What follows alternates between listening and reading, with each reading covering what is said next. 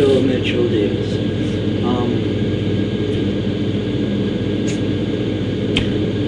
don't know.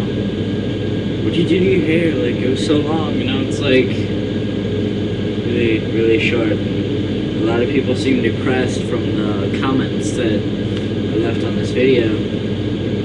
The butt monkey one on Otter. But, yeah.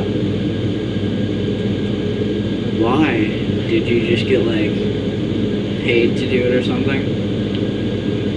Or is your hair just, like, pushed back? Or did you actually, like, really get a cut? Like, you did get a cut. I know that. That's so retarded. But why? Respond to me and tell me why. There is, like, no real reason, is there? Just felt like getting a haircut or something? It's just bad. Nobody's gonna miss your hair. So, respond to me, talk to me, see what's up. Alright, bye.